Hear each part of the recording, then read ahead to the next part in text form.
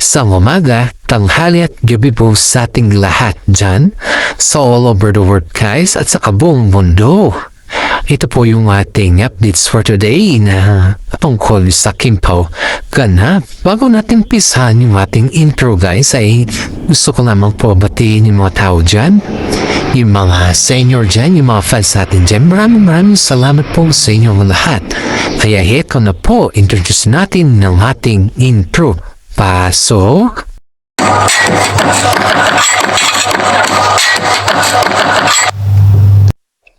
Kim Chiu at saka si Paul Avellino sa Paris guys. Ngayon, mabalita natin ngayon guys ha. Sa kasalukuyan ngayong April 2026. Naging usap-usapan ng mga magkasunod na winhapi na Kim Chiu at saka si Paolo Avellino sa Paris. Narito ang mga pinakabagong detalye guys. Kimpaw sa Paris ngayong April 2026. Sighting sa shooting. Haba, namataan si Kim Chiu sa Paris noong unang bahagi ng April guys upang suportahan si Paolo Avellino sa huling bahagi ng shooting nito para sa isang bagong pelikula.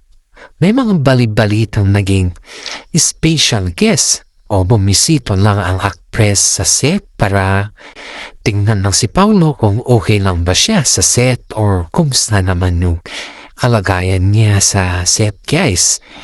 Easter vacation. Kinumpirma ng ilang ulat na nagpalipas ng Easter Sunday, April 5, 2026. Ang dalawa sa Paris. May mga lumabas ding video at balita na sila ay nagsimba ng magkasama sa isang simbahan sa France. Aba, very sweet ba? Coffee at romantic dates. Heto na guys, heto na inaabangan natin na nag-viral ba? Nag-viral din ang mga ayuda or clip kung saan nakita silang coffee date at dinidiner sa mga romantic restaurants sa Paris gaya ng mga daytime event. Aba, ang hirap i-pronounce yun guys ha. Ito yung mga connection sa kanilang mga project. Dalibay prime time. Habang nasa Paris sila guys ay patuloy na namamayagpag ang kanilang seryeng Dalibay sa ABS-CBN Primetime Bida. Pumatok sa ratings simula noong Marso 16, 2026 ngayon po guys. World Tour preparation ng kanilang maikling bakasyon sa Paris ay nagsilbing reset bago ang kanilang Love Kimpaw World Tour 2026 sa North America na magsisimula sa April 24, 2026. Sa pag-uwi sa Pilipinas guys ay may mga ulat na naritong huling bahagi ng Eastern Weekend. April 5 to 6 ang dalawa ay nakauwi na sa Pilipinas matapos ang kanilang mabilis na biyahe sa Europe upang paghandaan ang mga sumusunod na commitment. Kaya tayo guys ay abangan natin yung kanilang susunod na commitment guys. Heto guys, may tanong yung mga netizens sa akin about kung bakit nagsimba sina Kim Chiu at saka si Paolo Avellino sa France. Eto guys, nagsimba sina Kim Chiu at saka si Paolo Avellino sa France bilang bahagi ng kanilang pagdiriwang ng Easter Sunday ngayong April. Narito ang mga pangunahing dahilan at papaliin ng kanilang pagsimba at pagbisita sa France. Easter celebration. Pinili ng dalawang magkasamang ipagdiwang ang muling pagkabuhay ni Kristo sa isang simbahan sa Paris bilang bahagi ng kanilang holiday vacation. Support for Kimpaw's project also guys ay pumunta si Kim Chiu sa Paris upang suportahan si Paolo sa huling araw ng shooting nito para sa kanilang bagong international movie project. Reunion at reset matapos ang sunod-sunod na trabaho para sa kanilang hirit series na Dalibay guys ay Nagsilbi itong break para sa dalawa bago ang kanilang nalalapit na Love Kim Pao World Tour sa North America na nagsisimula sa April 24, 2026. Spiritual Connection. Kabilang si Kim sa pagiging madasalin at ang mga pagsimba nilang makasama ay lalong napatibay sa mga usap-usapan tungkol sa espesyal nilang relasyon. Kaya ngayon guys ay matapos ang kanilang maikling bakasyon sa pagsimba sa France ay nakuwi na sila sa Pilipinas kasi ang dami nilang pinagabalahan. At syempre guys, kung ikaw ay madami kang pinagabalahan, hindi naman hingit sa kalaman ng lahat na sobrang busy ang Kim Pao. At hindi lamang sa pagdiriwang ng Eastern guys, guys, daming kumakalat na balita sa kanilang kung bakit natampo si Kimi or si Kim Chiu kay Paolo Avellino sa Paris. Heto guys, walang opisyal na balita na natampo si Kim Chiu kay Paolo Avellino sa Paris. Sa katunayan, ang kanilang naging ganap nitong huling bahagi ng Marso hanggang ngayong April ay puno ng kilig moments at suporta. Ayun pa man, ang salitang tampo ay intriga ay lumitaw sa mga sumusunod na koneksyon ayon sa mga ulat. Intriga sa pelikula ni na Paulo at Nadine Lustre. Noong Marso guys, 2026, kumalat ang mga haka-haka na binabantayan or sinugod umano ni Kim Chiu si Paolo sa Paris dahil sa pelikula nito kasama si Nadine Lustre. Ang totoong pinagbulan ay pinabulaanan nito ang mga sightings kung saan naging positibo ang aura ni Kim. Imbes na magtampo, lumipad siya patungong Paris para suportahan si Paolo sa uling araw ng kanyang shooting para rin sa kanyang sariling bakasyon at training. Mga privacy at pag-iwas sa tanong.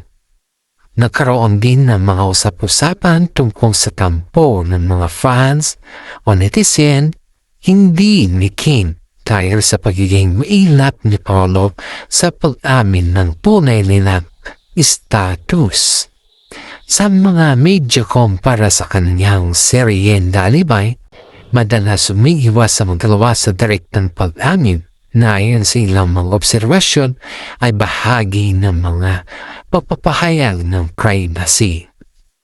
Mga kilig moments sa Paris na Kim Pao guys. Sa halip na tampuhan ang mga sumusunod ang naging viral na kalanapan nila sa Paris nitong mga nakaraang araw. Art Museum at Coffee Date. Namatan silang masayang nag-ikot sa mga Art Museum at nag-Coffee Date sa City of Love. Eastern celebration guys ay makasama na sila sa simbahan ng Paris na bago ang kanilang nakatakdang pag-uwi. Umisitang muna sila sa simbahan guys. Kaya syempre kahit papaano ay mas gusto pa rin nilang bumisita or mag-enjoy or magdasal muna bago umuwi sa Pilipinas guys. Dadako tayo sa mga another topic guys. Matanong din ng mga loyalista ng mga Kim Pao fans. Gaano kamahal ni Kim Chiu at Paolo Avellino ang isa't isa. Bagamat wala silang opisyal na animals o mag-move on na sila kasi nga dinigay pa nila guys ang kanilang mga kilos at payag ay nagpapakita ng isang malalim at seryosong pagmamahal. Narito ang mga basehan kung gaano nila kamahal ang isa't isa base sa kanilang mga latest ganap. Ang sakripisyo sa oras or sa trip or Paris trip ni Kim Chiu guys. Itong Hollywood lumipad si Kim patungong Paris para lamang makasama si Paolo sa uling araw ng shooting nito sa gitna ng kanyang sariling busy schedule para sa libay at It's showtime ay pinili niyang maglaan ng oras para mabigyan ng moral support sa aktor. See, that's very meaningful, guys. Ang safe haven ni Kim. Sa mga interviews na yun, 2026 guys, inamin ni Kim na pinaramdam niya ay secured siya kapag kasama si Paolo. Sinasabi niya na malaki ang naitulong ni Paolo sa kanyang role bilang actress at bilang tao pagkatapos ng kanyang mga pinagdadaanang pagsubok sa pag-ibig noong nakaraang taon. Ang pagbabago ni Paolo.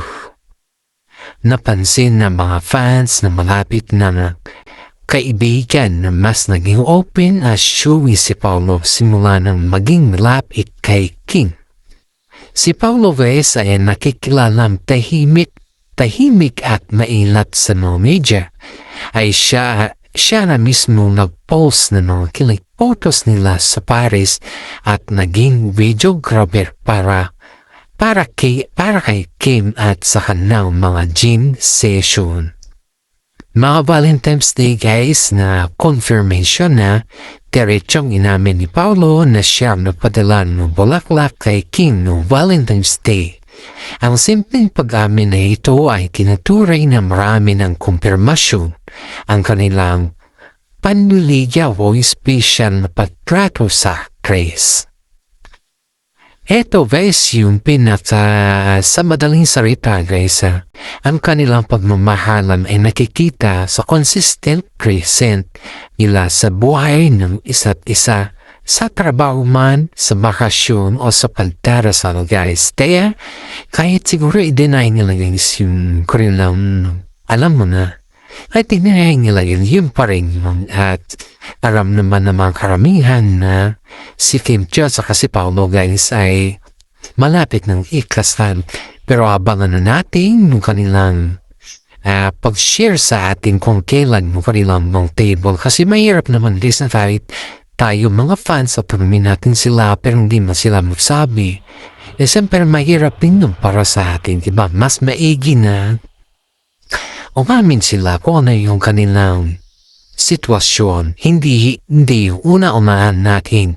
Kasi nga kahit hindi man sila umamin yung guys, alam naman natin kung ano yung kanilang sistema. At bago natin tapusin ng ating updates for today guys, ay gusto ko naman po magpasalamat sa mga senior citizen dyan na palaging nanonood sa atin. Maraming salamat po sa mga senior dyan sa ibang bansa at sa mga senior dito sa mga all over the world guys. Always think positive and pray to the God kasi ang pagiging positibo ay nakakadaan po yan sa ating pang-araw-araw. Once again, maraming salamat at God bless po sa ating lahat.